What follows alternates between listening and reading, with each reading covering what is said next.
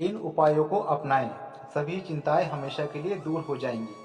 चाहे आपको किसी भी तरह की चिंता हो, उसे जरूर दूर करें। छोटी सी चिंता भी आपकी ज़िंदगी को बड़ा नुकसान पहुंचा सकती है। मेरा विश्वास है कि इन उपायों से आपकी चिंता जरूर दूर हो जाएगी। पहला उपाय, जो हमारे पास है, जो भाग्य और मेहनत से हमको मिला है, उससे संतुष्ट रहना चाहिए।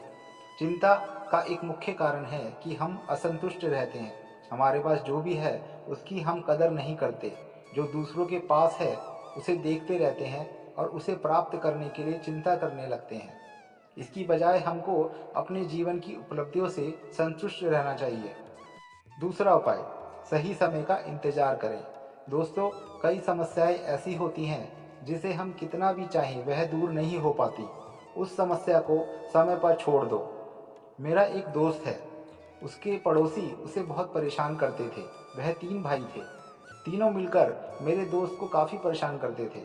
कई बार उन्होंने पंचायत बुलाई, पुलिस में शिकायत भी कर ली, लेकिन कुछ नहीं हो पाया। मैंने सुझाव दिया कि इसे आप समय पर छोड़ दो। लगभग 2 साल बाद ही तीनों भाइयों का आपस में झगड़ा हो गया। उन्हें घर भेजकर जाना पड़ा और समस्या अपने आप ही सुलझ गई। तीसरा उपाय, ज़्यादा सोचने से बचना चाहिए। चिंता का यह बहुत बड़ा कारण है। ज़्यादा सोचना हमारे मस्तिष्क को खराब कर देता है। हम उस समस्या के बारे में सोचते रहते हैं जो समस्या कभी आएगी ही नहीं। चौथा उपाय, मन को शांत रखें। दोस्तों, कहा गया है मन के हारे हार है और मन के जीते जीत। कभी भी अपने मन को अशांत नहीं होने दें, क्योंकि मन से हमारे दिमाग का सीधा संपर्क होता है। मन यदि शांत नहीं है तो आपका दिमाग भी सही से काम नहीं कर पाएगा। वह सही गलत का निर्णय नहीं ले पाएगा। इसलिए कभी भी चिंता ना करें, मन को खुश रखें। पांचवा उपाय, ईश्वर पर विश्वास रखें। अगर आप ईश्वर में विश्वास करते हैं तो उन पर भरोसा भी जरूर रखें। यदि वह कोई आपको समस्या दे रहे हैं तो उसका समाधान भी आपके आसपास ही है। कहा गया है कि ईश्वर उसी व्यक्ति को समस्या देता है जो समाधान करने के लायक होता है। इसलिए समस्या को देखकर घबराए नहीं। चाहे वह कोई भी समस्या है, चिंता करने से कुछ नहीं होगा। भगवान का नाम लें और भगवान को धन्यवाद दें कि यह समस्या हमारे पास आई, क्योंकि हम जितना समस्या का समाधान करते हैं, हम उतना ही मजबूत होते हैं। हर आपदा में अवसर निकालने वाला ही सच्चा इंसान होता है। छठा उपाय, समस्या को पहचानें और उपाय सोचें। पहले आप समस्या को पहचानें।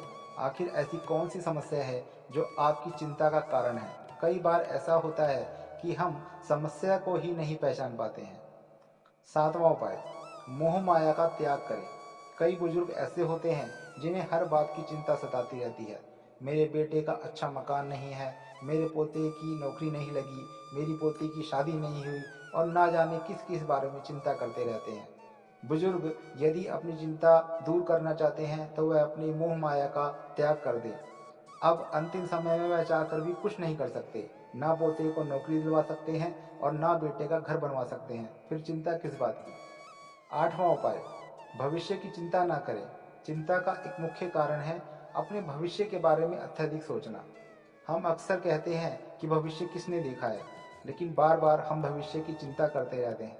चाहे विद्यार्थी हो या फिर नौकरी करने वाले अधिकारी, व्यापारी हो या उद्योगपति, सभी लोग अपने भविष्य की चिंता करते रहते हैं। भविष्य अनिश्चित होता है और अनिश्चितता के बारे में क्या चिंता करना। नौवां उपाय, हमेशा आशावादी रहें। आशा ही जीवन है, निराशा तो मौत है। चाहे कैसी भी परिस्थिति आ जाए, आप एक बार निश्चय कर लो कि मुझे आशावादी बने रहना है, मुझे निराशावादी नहीं बनना है। यदि आप आशावादी रहोगे तो आप चिंता से हमेशा दूर रहोगे। जब भी आप निराशावादी बनोगे तो चिंता आपको घेर लेगी। 10वां उपाय, जितना ज़्यादा बोलोगे उतनी ही चिंता करोगे, क्योंकि सभी समस्याओं की जड़ ज़्यादा बोलना ही है।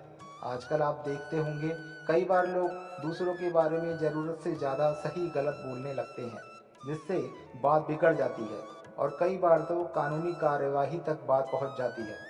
जहां आवश्यक हो और जितना आवश्यक हो उतना ही बोलें।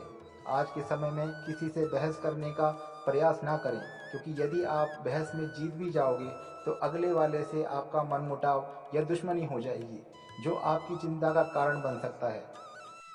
तो मित्रों, हमेशा इन उपायों को ध्यान में रखें और चिंता को अपने जीवन से हमेशा के लिए दूर कर दें।